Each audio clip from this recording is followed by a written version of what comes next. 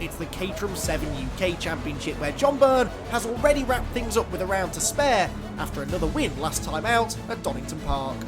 I'm absolutely over the moon this year to get do the double championship, which is absolutely fantastic. I'm absolutely over the moon. This is actually a brilliant experience. I love racing, and this is just it's the icing on the cake.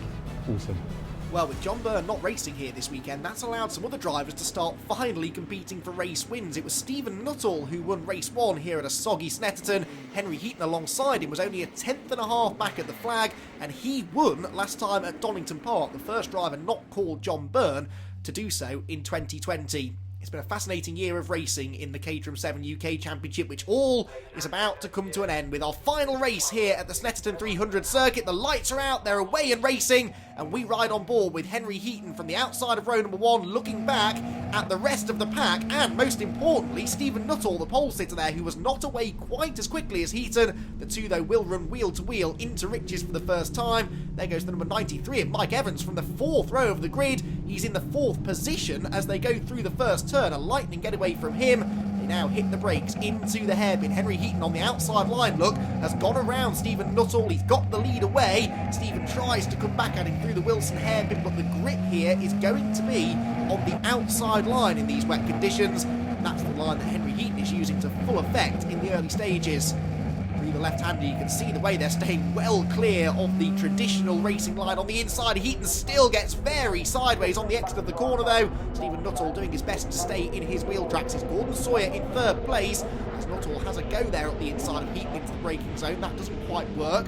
4th is Mike Evans, 5th place for Jake Swan-Dixon, and they're all cleanly through the first set of corners, which is good news indeed. Ian Sparshot's had a good start from the back of the grid. He's already got himself into the top half dozen or so, as they are about halfway round now this very treacherous first lap of racing. Stephen Nuttall is back ahead of Henry Heaton. Look, he's got the lead away as they go through the right-hander onto the Bentley Straight for the first time. So despite not getting off the line quite as well as Henry, Stephen Nuttall looking at home in these conditions. He won yesterday's race. It was his 5th appearance on the podium, but the first time that he made the top step. And he wants to try and double up again here. He's getting away from Heaton as they drop into Brundle and Nelson for the first time. Avoiding the curbs, avoiding the worst of the standing water. Heaton falling back into the clutches now of Gordon Sawyer, and on for potentially a good result here. Gordon was a double podium finisher at Cadwell Park at the start of the year, but he's only visited the top 3 once since then, and that was with a 2nd place last time at Donington Park.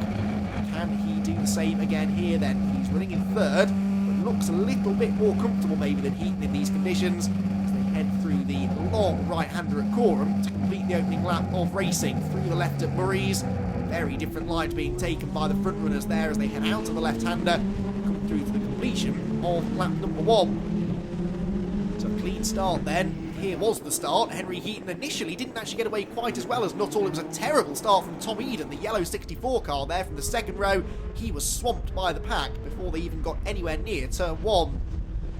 So Gordon Sawyer, Henry Heaton, nose to tail here. Henry Heaton is 2nd place in the championship, but only by about 6 points over Stephen Nuttall, who is leading the race. So 2nd place could go Stephen Nuttall's way here, especially if Heaton keeps on losing places, which he might do because Gordon Sawyer's on the inside and has gone into P2 as they drop into the complex once again. Gordon Sawyer with a nice slipstream there. The slipstream's still working despite the wet conditions, but it's really hard to get these very powerful cars to accelerate out of the corner. They're the most powerful cars we see racing on the Caterham Motorsport package, and in the wet conditions they are a real handful. Lots of fun, and we still get good close racing, but certainly the drivers they're being tested this weekend as they try to just keep it on the island as much as they try to concentrate on racing each other. Down into the braking zone of Murray's. Now, is Heaton likely to lose any more places? That's the next question. Mike Evans isn't far behind, nor are Rob Watts and Jake Swan-Dixon, who have swapped places. Look, the red number 77 is ahead of Jake Swan-Dixon now. He finished ahead of him yesterday as well. 5th for Rob Watts, Jake Swan-Dixon 6th. As they cross the start-finish line once more, down into Rich's corner. On board once again with the man who is 2nd in the points right now, Henry Heaton, and you can see the way that Mike Evans has closed in on him. Mike was only 7th in the first race of the weekend, and already looking on for a better result here. Can he make it a podium? Onto the brakes, through the right-hander. Look at the way they all close in. Rob Watts looking racy as well. Look, Rob Watts there behind, looking for his 2nd podium of the year, maybe. It's all getting very congested out of Wilson. There was a mistake there for Mike Evans, though. He got too close to Henry Heaton, and Rob Watts pounces and drives straight past him on the short run between the Wilson hairpin and and the left-hander at Palmer's. And so Rob Watts gains yet another place into 4th now, and he looks as though he could be a threat to Henry Heaton's podium place. Coming down into Agostini, this is a good overtaking opportunity here, but we've got to be a little bit closer, I think, than Rob Watts is to Henry. Turn through that left-hander, inches away from the edge of the road. It's such a risky business running that wide line, because yes, it's where the grip is, and yes, it's where you can go the quickest, but if you misjudge it even slightly, you're that much closer to the edge of the road, and once you get over the curbs or onto the grass, you are probably on your way into the barriers. Barriers look a long way away here at Snetterton, but once you hit the grass in these conditions, there's no stopping the cars. This is a real balancing act now as they teeter on the edge of disaster through the right-hander at Williams onto the Bentley straight, and Rob Watts is going to be close enough here, isn't he, to get in that slipstream and try maybe to drag past Heaton on the run into the complex. Look at the way that he's closing. You can see the slipstream working there. Rob Watts pulls to the right-hand side. That's the left-hand side of the road for him. Crucially, it's the inside line for Brundle, the left-hander, and it looks as though he's going to sail straight by. Can Heaton fight back? No, he can't. Rob Watts gets to the inside, covers the line, but he's a bit sideways off the corner. Heaton tries to fight back. In the background, Mike Evans was having a real moment coming out of Nelson. He gathered that together, and Rob Watts did so as well. He manages to seal the deal there, gets into 3rd place, moves himself ahead of Henry Heaton, and will now try to check out.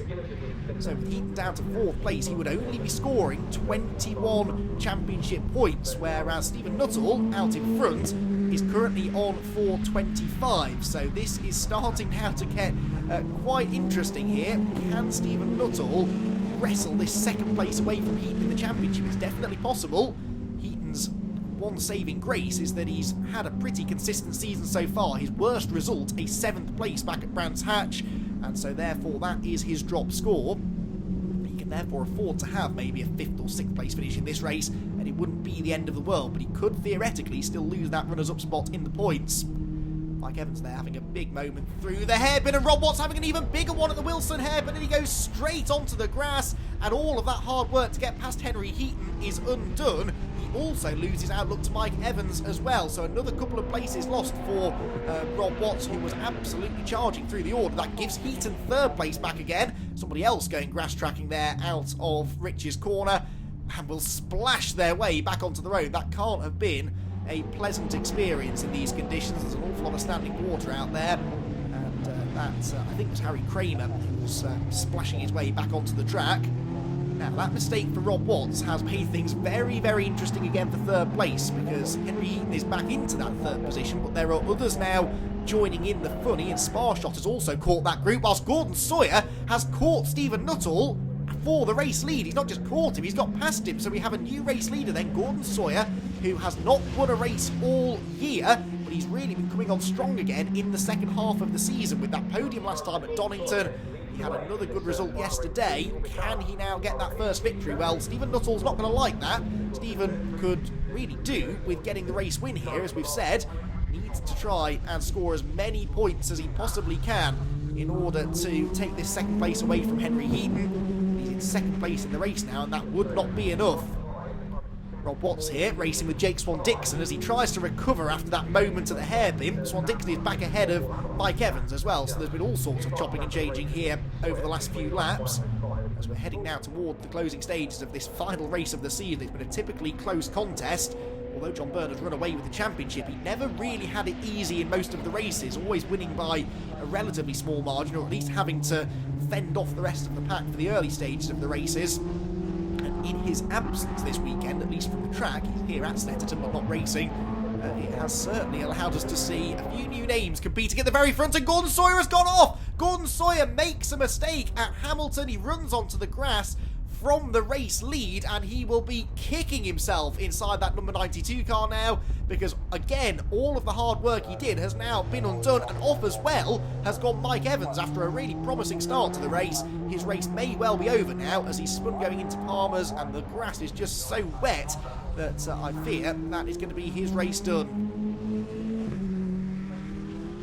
Well, Stephen Nuttall is going to see the red flag. The race is being stopped now. This must be because Mike Evans' car is off the road, and the results go back a lap. So Gordon Sawyer is saved by the red flag. He gets the win back with Nuttall second, Ian Sparshot third, and fourth place for Henry Heaton should just be enough to retain second in the championship. Yeah, I think that was the one of the toughest weather conditions I've ever driven. There was puddles everywhere, aquaplaning going on, and it was just intense. Couldn't relax for a second. Well, here is confirmation of those final championship standings then. It couldn't have been much closer for second place, could it? Henry Heaton just hanging on from Stephen Nuttall, but it's John Byrne, who we already knew was the champion, a deserving champion as well.